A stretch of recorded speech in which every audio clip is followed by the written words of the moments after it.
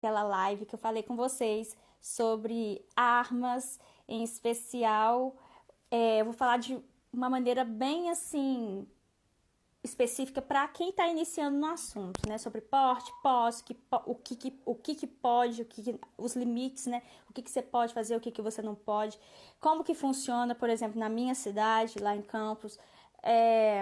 Vou conversar com o Fábio, que é da Calibre Armas, que é despachante de armas. Agora eu vou mandar para ele novamente a solicitação e aguardar ele entrar para falar conosco. Oi, Milena, novamente aqui. É isso. O que acontece, né? Eu tenho verificado, né, que, principalmente depois que eu vim para Brasília, que aqui existe um movimento, né, um movimento muito forte armamentista, e eles deram um banho, né? Eles fizeram, inclusive, organizar uma manifestação aqui que foi maravilhosa, foi uma das melhores manifestações que teve aqui em Brasília. E infelizmente eu não pude estar, mas eu vi, né, a repercussão. Agora eu vou falar com o Fábio.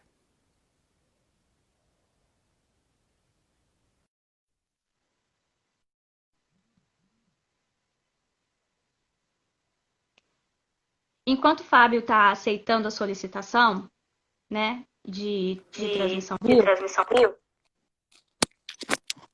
Pessoal, vou precisar que vocês me Pessoal, vou deem um precisar que vocês retorno me deem um retorno de como que tá a de imagem, como que tá a imagem.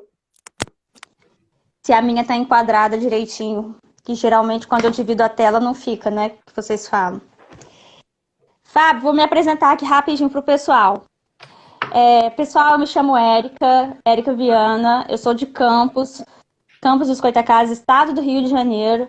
Estou aqui em prisão domiciliar em Brasília, sou ativista de direita, sou pró-vida, sou pró-armas, e é por isso que eu chamei o Fábio. Porque o Fábio, ele é despachante de armas, né? Ele vai aqui explicar o que ele faz, ele vai se apresentar, e ele trabalha, acredito que ele não trabalha só na minha cidade, mas eu conheci em Campos, durante a época minha de manifestações de Bolsonaro. Fábio, se apresenta aí pra galera. Tudo bem, pessoal? Boa noite. O áudio está direitinho aí? Tá dando para ouvir? Pra mim tá ok. Vou aguardar aqui o pessoal. Ok, perfeito. Então, a Erika já adiantou muita coisa. Atualmente, agora a gente trabalha aqui em Campos do Goytacazes, né, como despachante de armas. E é interessante o assunto dessa live, que o início dessa caminhada minha foi justamente pela dificuldade que eu encontrei aqui na cidade, quando eu vim para Campos, né? Eu sou natural de Vitória, vim para Campos e encontrei uma dificuldade no ramo, isso há quase 7 anos atrás. E essa dificuldade que me motivou também a estar entrando no ramo, né, de trabalho, despachadoria com armas, que a gente viu, né, uma grande burocracia para você estar conseguindo adquirir uma arma aqui no Brasil. E aqui em Campos uma carência grande de profissionais que pudessem instruir, ajudar. Então, a minha motivação iniciou da dificuldade que eu mesmo tive, até mesmo para entrar nesse ramo aí, né? A ideia inicial não era profissional, a ideia inicial era tiro esportivo e ter as armas para defesa também. E devido a essa dificuldade, eu tive essa motivação de também entrar profissionalmente no ramo da despachadoria de arma de fogo, no ramo da instrução também, né? Recentemente agora me formei em instrutor de tiro e Ah, que estamos bacana! caminhando, né? Bastante dificuldade ainda, mas hoje o cenário atual já está muito melhor, né? Dos 5 anos para cá já houve muita mudança, já houve muita melhora, muita conscientização e estamos aí, vamos iniciar esse trabalho aqui em Campos para melhorar cada vez mais. Sim. Deixa eu falar uma coisa com o pessoal. Pessoal, né, a gente fez a apresentação aqui e agora a gente vai começar a mergulhar mesmo nos temas da live.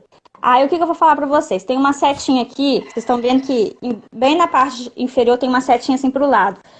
Clica nessa setinha e compartilha com mais pessoas esse vídeo. para a gente poder interagir, porque é um assunto muito interessante e que é cercado de mitos, né? De muitas fake Exatamente. news. Já que a gente. Um dos inquéritos aqui que está rolando em Brasília das fake news, a gente vai desfazer muitas fake news nessa live. Então, você acabou se tornando despachante de armas por conta da sua dificuldade como consumidor mesmo, né? Como Positivo. Isso aí. público. Você Eu observou um vi, nicho. eu vi a dificuldade que eu tive de conseguir informações, principalmente, né? Uhum.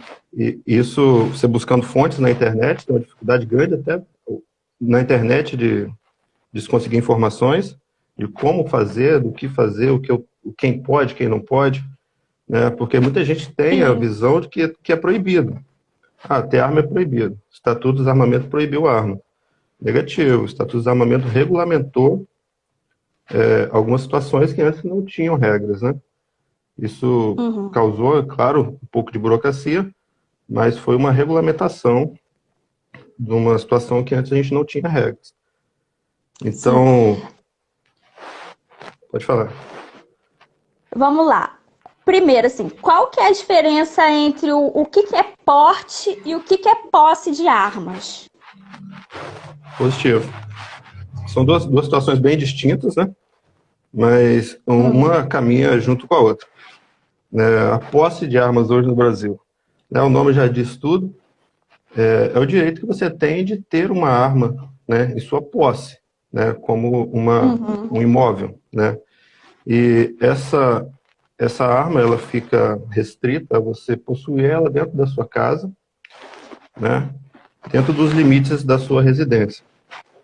Atualmente a gente teve Sim. uma mudança expressiva na questão rural, né, porque Ah, o produtor rural, a casa dele em si, né, ela tem uma extensão muito grande, né, uma fazenda, uma propriedade, e ele se esbarrava nessa lei, né, ele tinha que ficar restrito à residência, né? Hoje uhum. isso está diferente, né?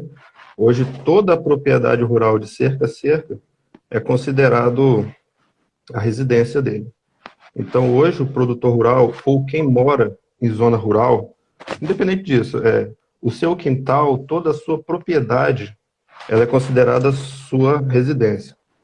Então, se você tem uma fazenda ou uma casa, até mesmo com um terreno muito grande, você, com a posse da sua arma, você tem direito em andar com essa arma municiada, a pronto uso, dentro de toda a sua propriedade. Ela não está restrita hoje unicamente dentro da sua residência. Foi É isso que uma... vou te perguntar. Isso na questão das propriedades rurais. Agora, quem mora em Isso. condomínio fechado, condomínio residencial? Condomínio residencial a gente ainda fica restrito ainda dentro do apartamento, na questão da posse.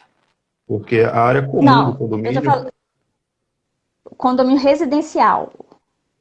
Residencial, um condomínio assim, extenso de casas. de casas, não, é dentro da residência. Sim. Porque a área comum não é de sua propriedade. Então, Hum, ela não configura sua propriedade. Entendeu? sim. E o porte? O que seria o porte? Então, o porte, ele é um segundo estágio, né? Um segundo estágio da posse, né? O porte é o direito que você tem de andar com essa arma municiada a pronto uso, né? Para quem não entende o que é pronto uso, é você ter uma arma que você pode sacar e utilizar ela naquele exato momento, né? Se você tem uma arma que ela está desmuniciada, né, dentro do seu veículo, a munição está numa repartição e a arma está em outra, essa arma não está a pronto uso. Então, o porte é você carregar uma arma consigo, né, junto a você, junto ao corpo, ou próximo dele, municiada a pronto uso. Isso configura o porte, né? E é o segundo estágio que é feito, porque ele depende da posse. A gente não tem no Hum, Brasil uma modalidade de porte de armas, né? O porte ele é liberado unicamente para uma única arma. né? Se Sim. você fez a solicitação do porte, você precisa informar uma única arma que vai ser portada. Você não pode estar portando uma outra arma que não seja aquela que você informou no requerimento de porte. Então, o Mas porte, eu posso ele ter é a, de... mas eu posso ter a posse de outras na residência. Exatamente, Ou... exatamente. Uhum. E você escolhe uma daquelas armas, uma arma curta de porte, para você fazer o requerimento de porte para aquela arma, que fica Uhum. especificamente amarrado àquela arma que você fez o requerimento. E então é É. impossível você Uhum. ter o porte sem antes ter a posse. Então, para quem quer ter o porte, o primeiro passo é ter a posse. Depois que você adquiriu uma arma registrada em seu nome, pleitear o porte dessa arma aí. Uhum. Eu vou perguntar ao pessoal, se estiver travando alguma coisa assim, problema no som, na imagem, vocês comentem aqui, por favor. E novamente, setinha aqui do lado, vocês podem encaminhem esse vídeo para mais pessoas. Por exemplo, Brasília na paróquia, no caso do porte, isso entra no âmbito da legítima defesa. Muito interessante, pergunta de um padre, o Fábio. Um O, padre que acabou de fazer a pergunta, o padre Wesley. e- Numa igreja entraria posse? Eu acho que seria posse, por ser sim, sim, um sim. nova.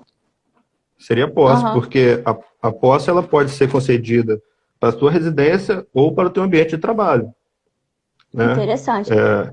Uma empresa, uma loja, se você solicitou a sua posse para a sua loja, então automaticamente você tem o direito de manter essa arma municiada a pronto uso dentro da sua loja, carregando ela consigo.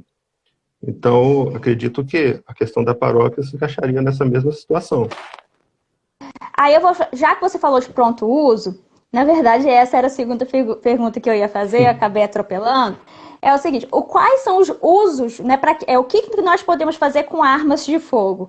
Porque muitas pessoas, principalmente esquerdistas, plantam essa ideia de que a arma só serve para matar ou para fazer o mal. Então, quais usos, para que a gente pode usar uma arma? Então, hoje, eu acredito que o principal motivo de todo mundo que está engajando hoje, né, nesse ramo é o esporte, né? Hoje você vê muita gente Uhum. querendo praticar tiro esportivo, querendo competir, né? A questão da defesa, pelo que eu vejo, pelo a triagem que eu faço, né, dos clientes e tudo mais, ela está ficando em segundo lugar, né? Então, o que a Uhum. gente pode fazer com a arma hoje, né? Defender a nossa residência, né? Defender o seu comércio e principalmente a vida, né? Eu sempre bato nessa tecla que as armas são para defender a sua vida, né? E, em último caso, você vai fazer uso desses recursos, né? Mas hoje nós temos modalidades esportivas, né, que liberadas até para crianças já, Érica, né? A partir dos 14 Oh, que anos, interessante. isso, a partir dos 14 anos a criança já pode frequentar o clube de tiro, acompanhada do responsável, já pode retirar o seu CR de atirador esportivo legalmente, né? Ela só Com arma de fica fogo? positivo, Ou. né? Ela só fica restrita à compra das armas, né? A compra essa pessoa só vai poder Sim. fazer a partir dos 25 anos, mas ela pode sim praticar o esporte a partir dos 14 anos, né? E Interessante. a gente tem visto muito isso, né? Infelizmente aqui na nossa cidade, né, eu não acompanhei nenhum caso desse ainda, mas a gente vê isso muito no Sul, a gente vê muito isso em Brasília, né? As crianças, os pais É, já fazendo essa introdução, né, aqui das os crianças pais no mundo do estimulam. esporte. Aqui eu vejo isso a todo momento. Os pais já estimulam os filhos a Uhum, atirar. Aqui foi até disso que eu comecei a procurar você, que eu comecei a ver os movimentos dos CACs aqui, as organizações deles, uhum. muitos cursos de instrução de tiro aqui, um negócio assim bem avançado essa pauta. E sem contar que assim, muita coisa depende daqui, né, em termos de legislação. É, Aí, falando nisso em legislação, quais são os primeiros passos que uma pessoa deve tomar, então, para poder para ter a posse, né? Porque você só pode adquirir a arma também depois da posse, não é isso? Isso. A posse é que ela já é como é que eu posso dizer? Já é o evento de adquirir, né? Antes de você É. adquirir essa arma, tem todo um trâmite legal, né? Existem algumas exigências que são necessárias. Posso até passar para o pessoal. A primeira é ser Passa, por favor. maior que 25 anos, né? Você precisa ser maior que 25 anos. Você não pode ter nenhuma condenação criminal pendente ou em trânsito. Ou seja, se você estiver respondendo um processo criminal, né? Não é um processo civil, um processo criminal, Então eu você ainda posso. não tem, não tem como fazer a solicitação da posse, né? Ou se tiver alguma condenação criminal pendente a você. Aí, se a pessoa me pergunta, Fábio, eu tive um problema, tal, já foi resolvido. Se a sentença já saiu, se a pessoa já cumpriu essa sentença, ou ela foi absorvida dessa sentença, então ela pode sim fazer a solicitação da posse de arma. Aí não entendi. Quando eu fiz a pergunta sobre. Então, o primeiro passo. Antes de eu solicitar a posse, eu já tenho que começar a procurar a arma que eu vou adquirir, é isso? Que eu perguntei. Primeiro eu tenho que ter a posse para depois adquirir? Então, a Comprar, posse, entendeu? a posse você vai ter após o processo. Você vai abrir um processo, né? Vai fazer uma Sim. solicitação à Polícia Federal, né? Nós estamos falando de defesa, né? Como é posse, nós estamos falando de defesa. Você vai primeiramente fazer uma solicitação à Polícia Federal, onde tem esses requisitos que eu comecei a falar, né? Fora a idade, fora a questão da criminal, você também precisa ter uma residência fixa, né? Tem que ser informado uma residência fixa, que é o local de guarda onde esse armamento vai ficar. Precisa também comprovar uma ocupação lícita, entendeu? Você tem que comprovar de onde você retira o seu recurso de forma documental, né? Então, os autônomos comprovam através de MEI, empresários através de contrato social, notas de entrada e saída, e as pessoas que trabalham, né, no mercado formal, elas comprovam através de contra-cheque, carteira de trabalho. Então, são essas as exigências que você precisa ter para fazer essa solicitação. Tendo isso, a gente monta todo um processo com todas as certidões, requerimentos, declarações que a gente precisa tirar, monta o processo e dá entrada na Polícia Federal. A Polícia Federal tem 60 dias para estar nos dando uma resposta desse processo. E esse processo foi deferido, ou se foi indeferido, e os motivos do indeferimento. E a gente tem um prazo depois do indeferimento de 10 dias para estar recorrendo, incrementando mais documentos para poder estar fazendo a aprovação desse processo. E no meio desse processo, tem que fazer curso, eu lembro de tem que fazer o curso, exames psicológicos. Exatamente. O primeiro passo, após o cliente cumprir todas esses pré-requisitos que eu falei, esses 4 pré-requisitos, o cliente primeiro precisa passar por uma avaliação psicológica, né? Essa avaliação é feita por um psicólogo que seja credenciado à Polícia Federal. Infelizmente não é aberto para qualquer profissional estar fazendo. É um profissional credenciado e autorizado pela Polícia Federal. Esse profissional vai te fornecer um laudo de aptidão psicológica. Nesse laudo vai constar que você está apto ao manuseio de arma de fogo. Sim. Ok? Feito isso, nosso segundo passo é você fazer um teste de tiro, né? A instrução de tiro ela não é obrigatória, né? Você precisa simplesmente ser aprovado no teste. Esse teste consiste em uma avaliação teórica, né? Uma prova com 20 questões, né? Que existe também no site da Polícia Federal a cartilha com todos os assuntos que podem cair nessa prova. Depois uma avaliação prática, onde realmente o cliente vai para o stand de tiro e efetua 20 disparos no alvo e tem que ter um aproveitamento lá de 60%. Feito isso, a gente já tem todos os requisitos já para estar dando entrada nesse pedido de posse. Sim. De posse. Aí para o porte, o que tem a mais para se fazer no Então, o processo? porte é o segundo passo, que infelizmente é bem complicado, né? Não pelo processo em si, o processo de solicitação é muito parecido, né? O teste de Uhum. tiro do porte é um pouco mais complexo do que o teste de tiro da posse, né? É uma sistemática diferente que ele é aplicado, até mesmo porque precisa garantir que essa pessoa, você portando essa arma, você provavelmente, se precisar usar, você vai estar em locais com circulação de mais pessoas, né? Vai estar em locais públicos. Então é preciso Sim. que você ateste uma aptidão técnica um pouco mais, né, aguçada desse cliente. Então esse cliente vai efetuar um teste mais complexo do que o teste da posse, e o restante da documentação é a mesma, né, salvo que a gente inclui também o documento da arma que vai ser portada, né? É o único documento que entra a mais, é o documento da arma que vai ser portada. E aí que começam os problemas, né? Hoje em dia, infelizmente, a gente fica muito amarrado na decisão do delegado de polícia que vai avaliar o processo, né? Ele ainda não é uma decisão totalmente técnica, né? O porte hoje no Brasil, ele não é uma decisão técnica, que se cumprir os requisitos ali, você está apto a ter o porte, não. Não, ele é uma decisão um pouco subjetiva, né, que fica aquém de quem está avaliando o teu processo, entender que a sua justificativa de necessidade é válida ou não, né? Entendi.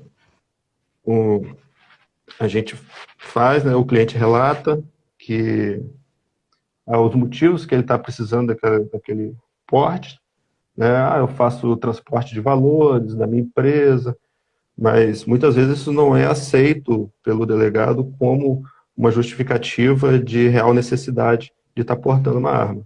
É aí que a gente esbarra hoje no problema da autorização do porte de arma. Isso é importante ser falado, Fábio, porque quando a gente fala que a gente tem um presidente armamentista, ou que existem grupos armamentistas, pessoal pró-armas, o pessoal meio que coloca uma peste de que ser armamentista significa que você vai sair entregando arma, ou que nem na época Não, da campanha, que o Bolsonaro ia não, distribuir arma para todo mundo. Não é assim, não. não é uma, não é uma coisa assim Tiago, jogada, Tiago entrou né? ali agora. Não é Oi, um Thiago. processo. O Alexandre também, ele pratica. Eu vejo muito, ele adora postar no Instagram ele praticando tiro. É, Então, assim, é feito uma avaliação, né? Não é para qualquer exatamente, pessoa, não é para entregar na mão de bandido, né? Como se você tem que exatamente. avaliar toda a vida pregressa. Uhum. É, e aí tem outra coisa. O fato de você. Eu me corrijo se eu estiver errado. O fato de, por exemplo, eu conseguir o direito à posse de arma não significa necessariamente que eu vou ter a arma, porque a arma é muito cara, né? É uma coisa muito cara. Então, muita gente pensa que é isso, né? Que é uma coisa assim, muito fácil. Mas. Não, não. A, E a tem. triagem já começa no próprio profissional de despachadoria. Ele já vai te fazer algumas perguntas, né, como daqueles requisitos que eu te falei, e se o cliente já mencionar que tem algum problema, que não tem como comprovar qualquer uma daquela documentação, o despachante ele nem vai pegar esse processo, porque é um processo Uhum. que vai ser negado, né? E mesmo a gente conseguindo comprovar tudo, a Polícia Federal tem acesso a um banco de dados muito mais amplo, né? A detalhes muito mais amplos, que muitas vezes ainda aparece ainda algum probleminha lá que pode ocasionar no indeferimento do processo. Sim. Aí no caso entre a posse e o porte, a gente sabe que tem algumas categorias profissionais que tem, hoje em dia conquistaram o direito, né, ao porte. Uhum. Outras também a posse. Você pode citar algumas? Então, no âmbito profissional, né, a gente tem as polícias, de modo geral, né, que pelo motivo do trabalho, da exposição do trabalho, configura uma efetiva necessidade, né, que é entendida pela justiça, né, que é uma efetiva necessidade para que essa pessoa possa ter uma arma, né. As demais categorias que não são públicas, profissionais que não são públicas, esse posse é um posse funcional específico ao momento do trabalho. A gente vê o pessoal portando armas de carro forte, né, e seguranças particulares, mas aquelas pessoas eles só têm o aporte no momento do trabalho, né? Eles, infelizmente, eles não têm acesso a um porte pessoal para defesa pessoal. Jornalista investigativo, jornalista policial, né, também? Isso. Acho que estava em tramitação isso. Isso aí, mas passa por avaliação, não é um porte 100% aprovado ainda. É um porte que vai ser avaliado. E essa avaliação, ela é refeita ciclicamente, de período em período, que nem a habilitação? Positivo. Para posse, a gente teve uma conquista enorme agora, né, recente. A nossa posse valia por 5 anos, né? Recentemente ela foi expandida para 10 anos, né? Então, a pessoa pode ficar mais tranquila agora que você vai precisar renovar o seu documento de posse daqui a 10 anos, né? O porte, normalmente, ele pode ser expedido de 3 a 5 anos, né? ou menos do que isso. Quem vai decidir o tempo que a pessoa precisa do porte é o delegado que está expedindo o porte, né, de acordo com a efetiva necessidade que a pessoa relatou. Se essa pessoa relatou uma efetiva necessidade de uma ameaça, né, então, se o delegado entender que após 3 anos essa ameaça ela perdeu força, perdeu valor, esse porte pode ser revogado. Eu já vou partir para... Já que a gente entrou nesse assunto, quais são os limites, né, da defesa, né, com a arma?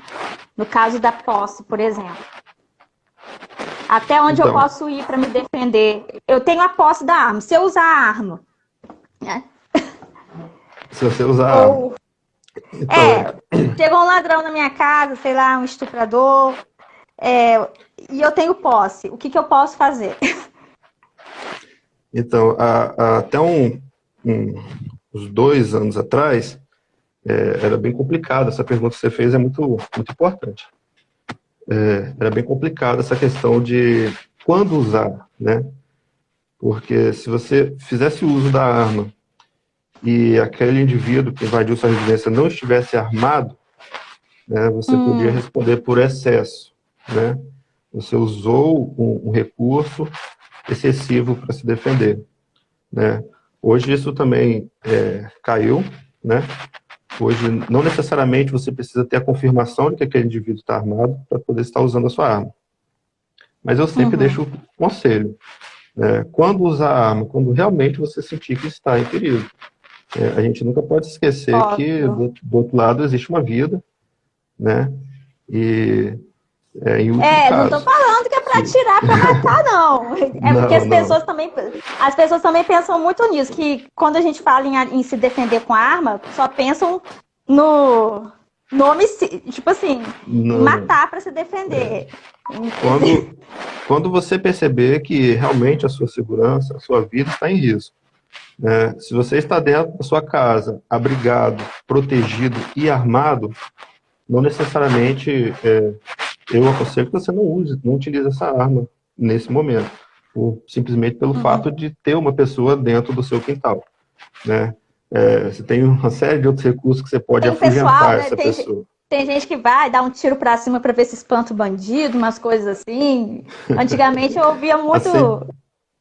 Acende uma luz, né, uma luz da varanda.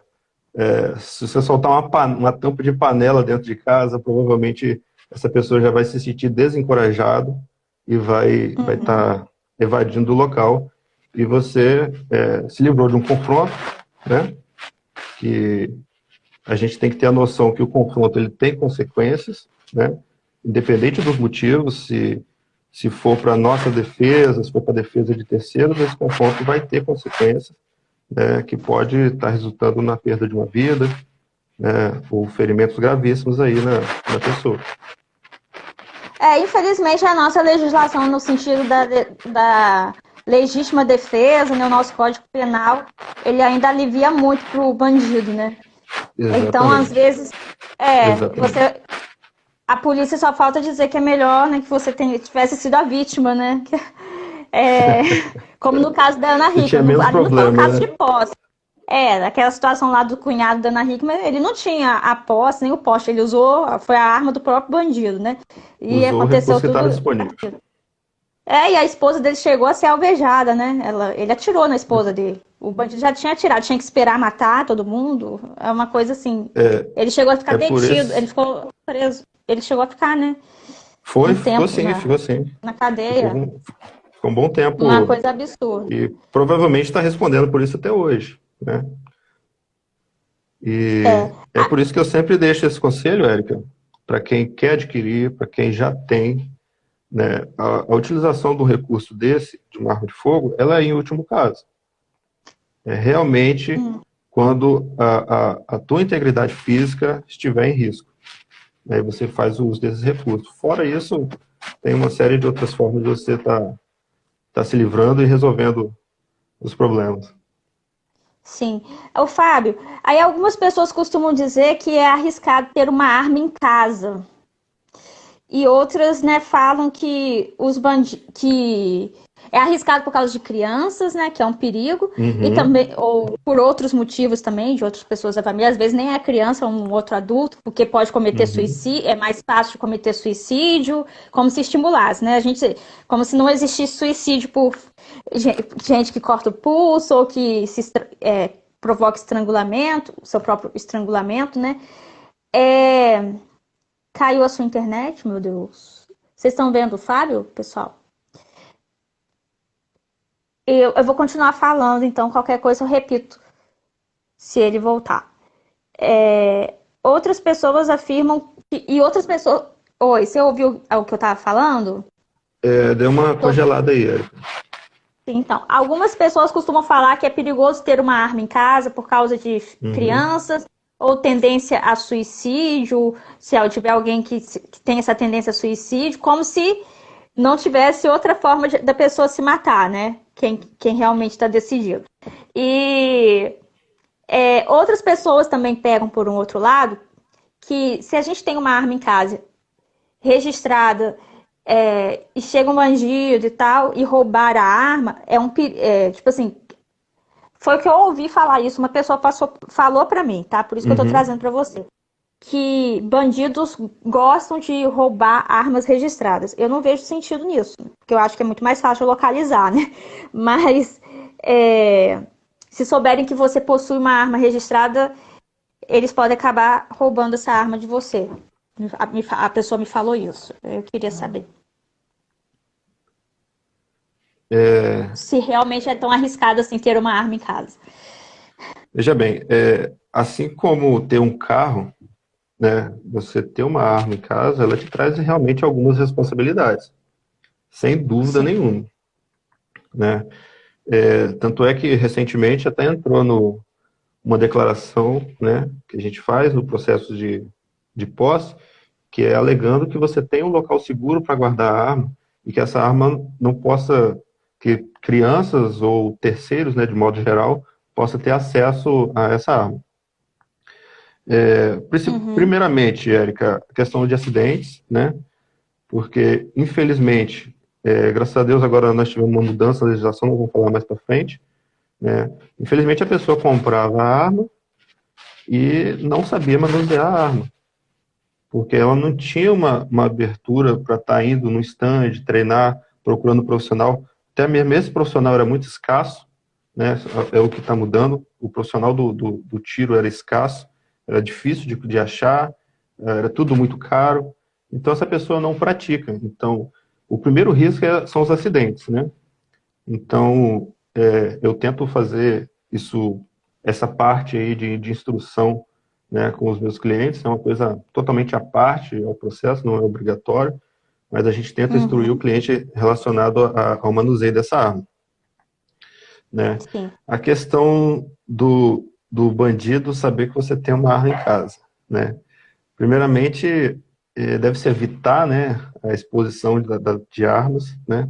Infelizmente, a gente tem esse problema, então você deve evitar a exposição das suas armas, né? Você não precisa dizer, né, aos quatro cantos que você está armado, que você tem uma arma em casa, né, porque é uma coisa que tem um valor financeiro alto, né, como você já disse, né, tanto no mercado formal quanto no mercado informal. Então, assim como um computador, como uma televisão, é uma coisa que tem um valor alto e que é alvo de furto, sim, né? O grande conselho é você ter um cofre, né, um cofre bem resistente para você poder guardar essa arma sua em segurança quando você não estiver em casa, né? Porque quando você estiver em casa, a sua arma tem que estar com você, porque você não sabe em que momento você vai precisar. Então, a sua arma, eu aconselho que ela esteja sempre próxima a você, a pronto uso, quando você estiver dentro da sua residência.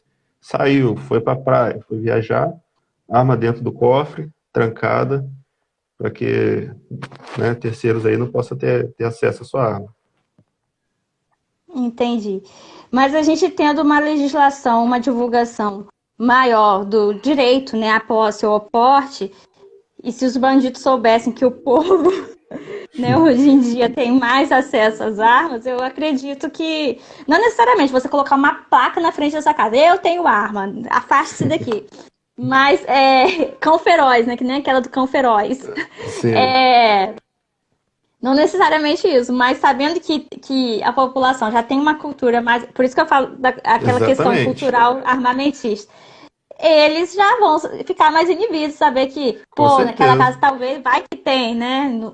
E por isso Então, que a gente precisa de como, todo como eu havia um dito, respaldo.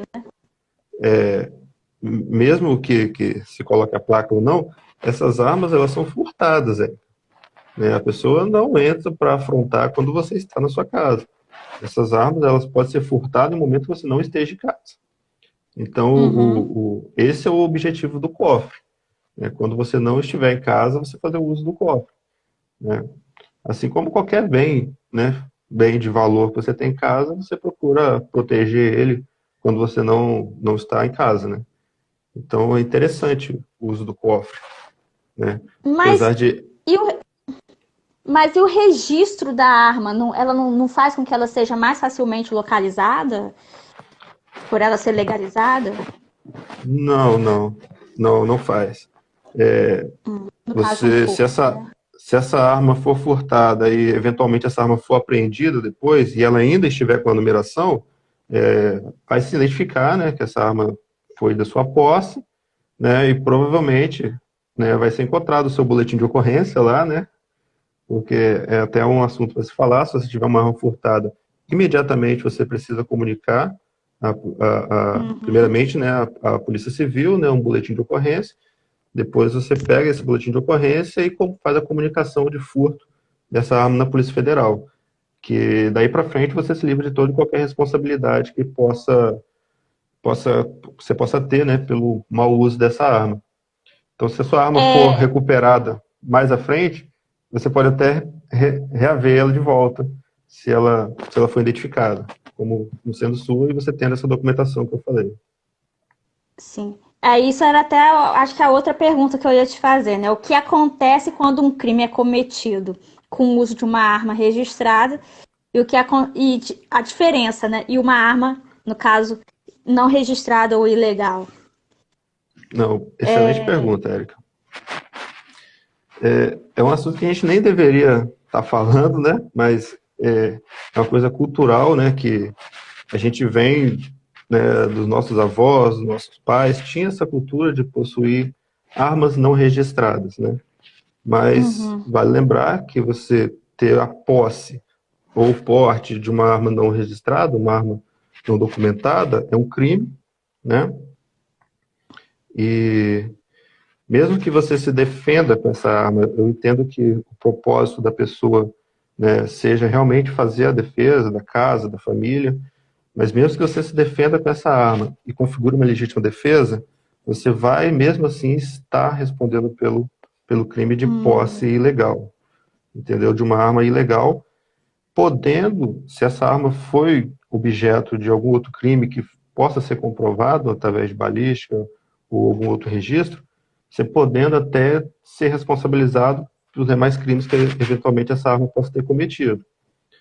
Então, é furada, não vale a pena, né? Hoje, a gente está cada dia tendo mais facilidade, o acesso, né? Os serviços estão ficando cada vez mais eficientes, então existe essa grande diferença, né? Se você se defender com uma arma registrada em teu nome, essa arma ela foi liberada para esse fim, né? Foi liberada para sua legítima defesa. Então você não está fazendo mau uso dessa arma, porque você tem uma arma que foi liberada pelo órgão competente, Polícia Federal, para que você faça a sua defesa. Então, se você fizer o uso disso, você está totalmente amparado pela lei, né? E vou fazer uma pergunta que eu não estava no script. Mas e no caso da pessoa ter o registro, ela está habilitada e ela vier a cometer um crime, a penalidade para ela, de repente, é maior por ela ter recebido essa confiança do Estado, né, de ter feito Mas besteira? que tipo de crime que você está perguntando? Não, a pessoa não usou para defesa nem para tiro. A pessoa passou Não foi por para todo o legítima processo. defesa, né? Digamos Então, assim, cometer realmente um crime. ela vai responder como qualquer um por esse crime, né? O fato da arma ser registrada ou não vai ser indiferente, né, nesse caso, né? Vai responder e provavelmente, por ser posse, também vai responder pelo porte, né? Mesmo a arma sendo legal, você tem a sua arma legal, mas você porta ela, você está cometendo porte ilegal. Então, você entra na modalidade de porte ilegal, mesmo sendo com a arma legal. Então, e cometendo o crime vai ser mais um processo ainda. Não vai ser tratado, não vai ser indiferente essa questão aí da arma ser legalizada ou não. Você vai responder pelo crime. Sim. A outra pergunta que eu ia te fazer, deixa eu ver aqui. Passaporte. Os passos para a compra da arma. Vamos Já lá. seria, eu acho que a segunda fase depois da posse, né? Exatamente. Ou já faz tudo junto? Feito todo aquele trâmite que a gente falou antes, né? O seu processo sendo deferido, né, pela delegacia responsável, você vai receber um documento que é uma autorização de compra, né? Um documento do delegado autorizando você a fazer a compra do armamento. Você vai se dirigir até uma loja, fazer a compra desse armamento, só que nesse momento você não retira essa arma da loja ainda, né? Com a nota fiscal impressa em teu nome, nós vamos fazer um novo requerimento, nós vamos pedir o registro daquela arma em seu nome. Onde você vai receber um documento que a gente chama de CRAF, né? Certificado de Registro de Arma de Fogo. Com esse certificado de registro, você vai até a loja e faz a retirada dessa arma. Leva em torno de 2 semanas, né? Aproximadamente esse trâmite aí. Após a compra da arma, 2 semanas depois você faz a retirada dessa arma na loja, já com o documento de registro da arma. É o segundo passo do processo. Por exemplo, em Campos tem loja de armas? Cortou o som. A pessoa teria que comprar. Em Campos, por exemplo, tem loja. Oxe. Tá me ouvindo agora? Ouvi. Pode falar. Lá em Campos tem loja de armas? Positivo. Nós temos 2 lojas em Campos de Arma em pleno funcionamento. E tem mais loja abrindo. Porque quando eu era criança, lá nos anos 90, eu lembro que eu vi, naquela época era diferente, não tinha estatuto do desarmamento. Você passava tranquilamente ali na 7 de setembro, tinha uma loja lá, eu via as armas, eu nem sei se eu podia entrar na loja, mas assim, eu passava, parava ali em frente. Eu acho que tinha outra ali no centro também, que eu lembro. Era uma coisa assim, bem exposta, tá? Depois, né, do estatuto, nunca mais vi. Parece até uma coisa Parecia que tudo ficou É, proibido, né? e nem vai ver, Érica, porque hoje o lojista também, ele tem muito receio, né, da questão do assalto, do furto, pelo aquele Sim. motivo que a gente falou antes, né? É um objeto de desejo, infelizmente, da criminalidade. Então, hoje, as lojas, elas são locais bem discretos, não tem placa, então são locais bem discretos e bem seguros. Para você estar acessando essa Interessante. loja, é interessante que você ligue antes, marque o horário com a pessoa. Infelizmente, em Campos, as lojas estão dessa forma, A bem... pessoa pode encomendar pela internet também, né? Eu tava vendo esses dias uma Sim, sim. pessoa que postou. É... Sim, assim, tem Aí, alguns sites aí bem legais. uhum. Aqui em Brasília, né? Deixa eu ver aqui. Uma pessoa mandou pergunta. Ah, uma pergunta interessante, ó. Quais modelos de armas podemos comprar e até qual calibre? Muito bom. Essa questão foi mais uma vitória que a gente teve recentemente, que foi a liberação de alguns calibres que historicamente eram restritos, né?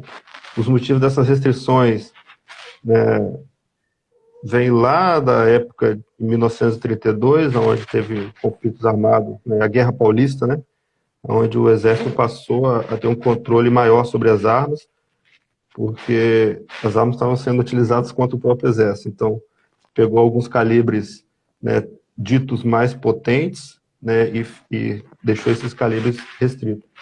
Então, hoje nós temos a liberação de armas semiautomáticas, falando de pistola, né? Armas automáticas são proibidas no Brasil. Então, Uhum, armas semiautomáticas de pistola do calibre 380 até o calibre 40, né? São as mais uhum, comuns.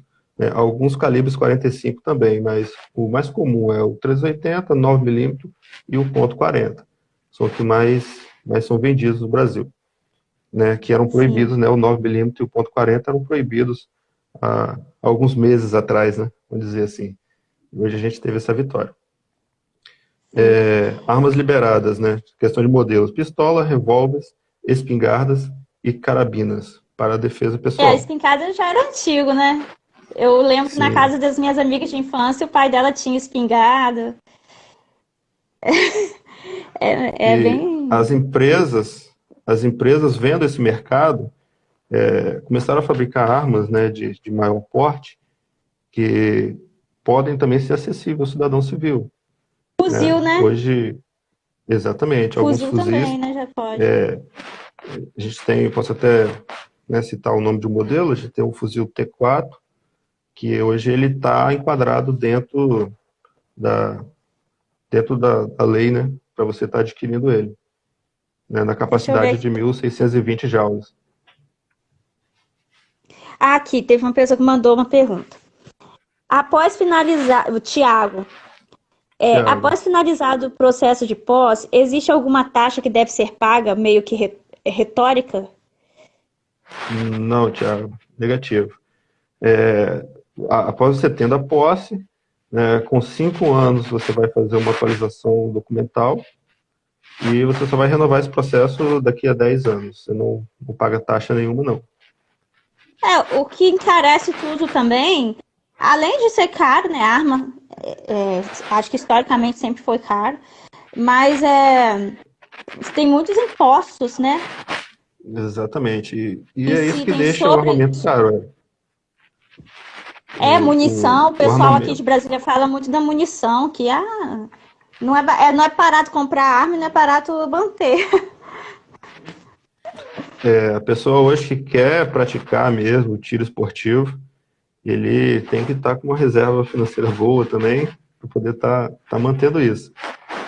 A questão dos impostos, os impostos somados, pode chegar até 45% do valor da arma, né? Se você somar todos os impostos que são imputados ali, e isso, infelizmente, o lojista repassa isso para o cliente, né, que você podia estar comprando uma arma hoje.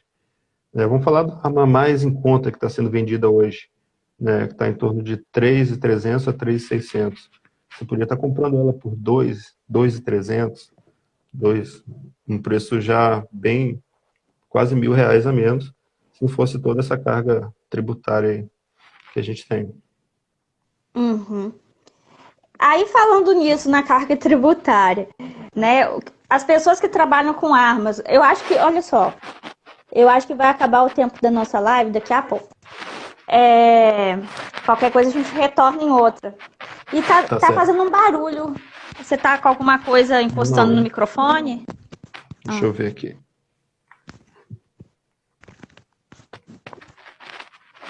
Tá mexendo no Melhorou? microfone? Melhorou, Melhorou agora? melhorou. Tentar ficar paradinho Então, aqui. Incidem, além dos impostos federais, incidem também impostos estaduais, municipais, enfim. Sim, sim, como qualquer produto, né?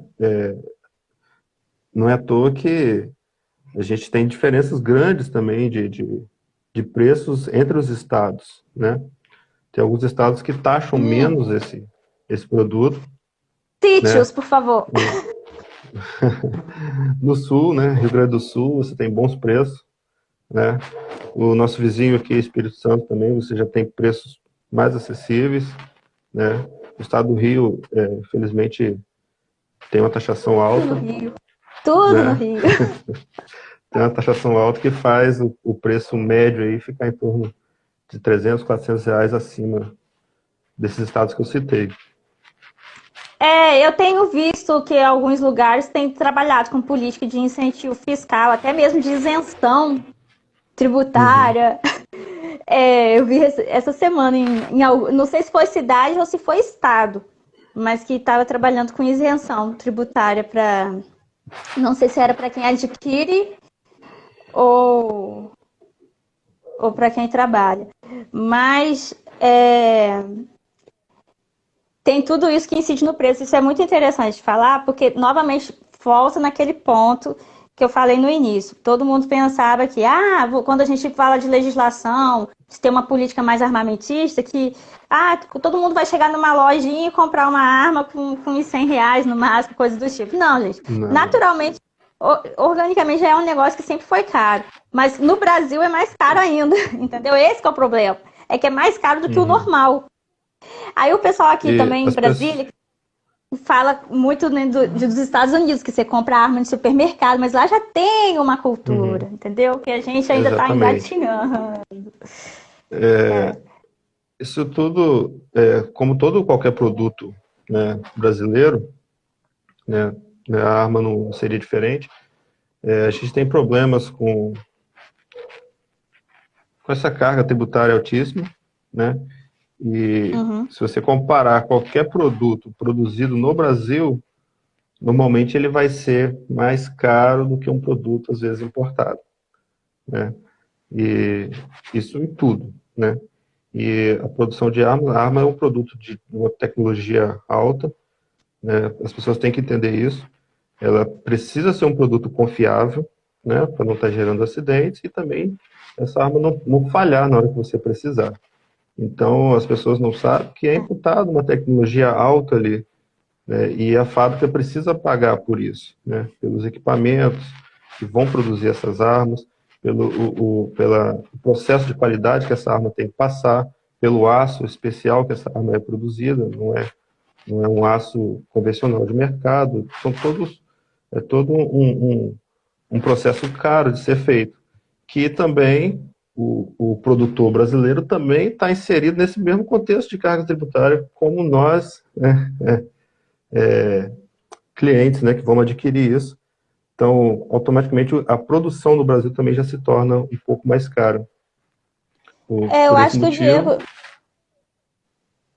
o Diego tinha perguntado, acho que lá em cima, a respeito de algum imposto. qual Deixa eu foi a voltar pergunta aqui. dele?